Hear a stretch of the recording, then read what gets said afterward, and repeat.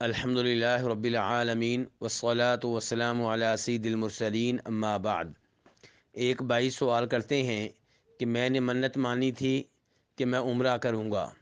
سوال یہ ہے کہ اب میں حج پہ جا رہا ہوں تو حج کے موقع پہ عمرہ کر لوں تو کیا یہ اس منت کی طرف سے کفایت کر جائے گا یا عمرے کے لیے الگ سے جانا ہوگا؟